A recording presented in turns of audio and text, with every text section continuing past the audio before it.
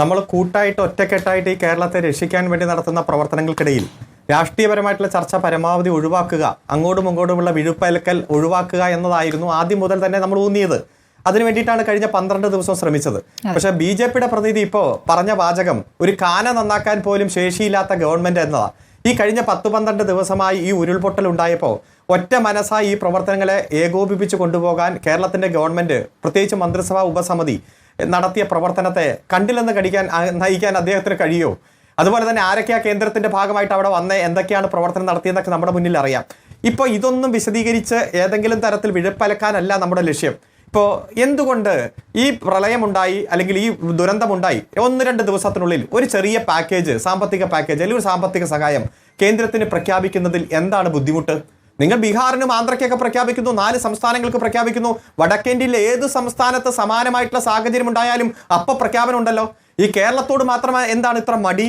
ഇവിടെ ഹെലികോപ്റ്റർ വന്ന് ഒരു ഗർഭിണിയായ സ്ത്രീയെ രക്ഷിച്ചപ്പോൾ അതിന് പണം വാങ്ങിച്ചു എന്ന് പറഞ്ഞപ്പോൾ അത് കൃത്യമായിട്ടുള്ള സത്യമല്ലേ? കേരളത്തിന്റെ പൊതുമണ്ഡലത്തിലുള്ളതല്ലേ? അരിക്ക് പണം തന്നില്ല എങ്കിൽ ഇനി അടുത്ത മാസം തൊട്ട് അരിയില്ല എന്ന് പറഞ്ഞ സാഹചര്യം എല്ലാം നമ്മുടെ മുന്നിലുണ്ട്. അപ്പൊ കുറച്ച് നാളായി ഇത്തരം പ്രശ്നങ്ങൾ ഗൗരവമായി കേരളം എന്ന് കേൾക്കുമ്പോൾ പൂർണ്ണമായിട്ടുള്ള അവഗണന, ഇന്ത്യയിലെ ഒരു സംസ്ഥാനമല്ല എന്ന രൂപത്തിലുള്ള പ്രവർത്തനം നടന്നുകൊണ്ടിരിക്കുക.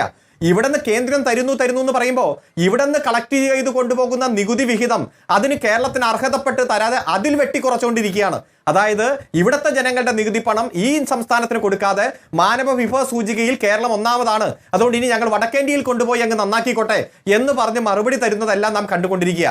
അതുകൊണ്ട് നിങ്ങൾ നുണ പ്രചരിപ്പിച്ചാലും തെറ്റിദ്ധരിപ്പിക്കുന്ന പ്രസ്താവന നടത്തിയാലും നിങ്ങൾ ഈ കേരളത്തോട് കാണിക്കുന്ന അവഗണനയെ ന്യായീകരിക്കാൻ വേണ്ടി ഏതെല്ലാം നുണപ്രസ്താവന നടത്തിയാലും ഇതെല്ലാം മനസ്സിലാക്കാനുള്ള ബോധ്യം ജനങ്ങൾക്കുണ്ട്. അങ്ങ് പറഞ്ഞല്ലോ 600 കോടി രൂപ പ്രളയത്തിന്റെ സമയത്ത് തന്നു. ഒന്ന് ആലോചിച്ച് നോക്കട്ടെ, ഈ പ്രളയ സമയത്ത് മുഖ്യമന്ത്രിയുടെ ദുരിതാശ്വാസ നിധിയിലേക്ക് വന്ന പണം, മൊത്തത്തിൽ കേരളത്തിന് വന്ന പണം 4970 കോടി രൂപയാണ്.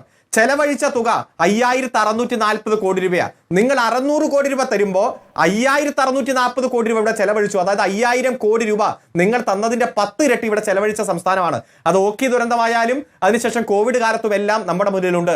ഈ കേരളത്തിലെ ജനത ഒറ്റ മനസ്സായി ഈ സമൂഹത്തിൽ ഉണ്ടാകുന്ന ഓരോ പ്രകൃതി ദുരന്തങ്ങളെയും മറ്റ് ബുദ്ധിമുട്ടുകളെയും അതിജീവിക്കാൻ അണിനിരക്കുന്ന കാഴ്ച നാം കാണുകയാണ്.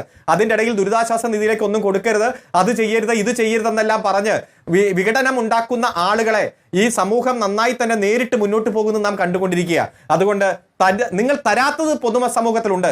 നുണ പറഞ്ഞ് ജനങ്ങളെ തെറ്റിദ്ധരിപ്പിക്കാൻ വരരുത്. ഇനിയും ദുരിതാശ്വാസ പ്രവർത്തനങ്ങളുമായിട്ട് മുന്നോട്ട് പോകണം. അവിടുത്തെ ജനങ്ങളെ ജീവിതത്തിലേക്ക് കൊണ്ടുവരാൻ കെട്ടിടമല്ല പുനർനിർമ്മിക്കുന്നത്, ജീവിതമാണ് നിർമ്മിക്കുന്നത്. ആ ജീവിതം പുനർനിർമ്മിക്കാൻ നമ്മൾ എല്ലാവരും രാഷ്ട്രീയ മത ജാതി വ്യത്യാസമില്ലാതെ അവരോടൊപ്പം അണിനിരക്കണം. അതിനു വേണ്ടിയിട്ടുള്ള സമാനതകളില്ലാത്ത മാതൃക നമുക്ക് വളർത്തിക്കൊണ്ടുവരണം. അവിടുത്തെ കുട്ടികളെല്ലാം ഭീതിയില്ലാതെ പഠിക്കാൻ വേണ്ടിയിട്ടുള്ള സാഹചര്യം ഒരുക്കണം. ഉറ്റവരെ നഷ്ടപ്പെട്ടവരെ ഒരിക്കലും ആ ബുദ്ധിമുട്ടുകളിൽ അത് നേരിട്ടുകൊണ്ട് മുന്നോട്ട് പോകാതെ ജീവിതത്തിലേക്ക് കൊണ്ടുവരാൻ നടപടി സ്വീകരിക്കണം. അതിനു വേണ്ടിയിട്ടുള്ള പാതക്കിടയിൽ നിങ്ങൾ ഈ പറഞ്ഞതുപോലെ നുണപ്രചരണം നടത്തരുത്, വിഘടനവാദം ഉണ്ടാക്കരുത്. കേന്ദ്രത്തെ ന്യായീകരിക്കാൻ വേണ്ടി സംസ്ഥാനത്തെ അങ്ങ് വ്യാജ പ്രചരണത്തിലേക്ക് തള്ളിവിടരുത്. അത്തരത്തിൽ വന്നാൽ ജനങ്ങൾ അതെല്ലാം നന്നായി മനസ്സിലാക്കുന്നുണ്ട്. അതെല്ലാം നേരിട്ടുകൊണ്ട് മനസ്സിലാക്കിക്കൊണ്ട് തന്നെ പ്രതിരോധിച്ച പാരമ്പര്യമാണ് നമുക്കുള്ളത്.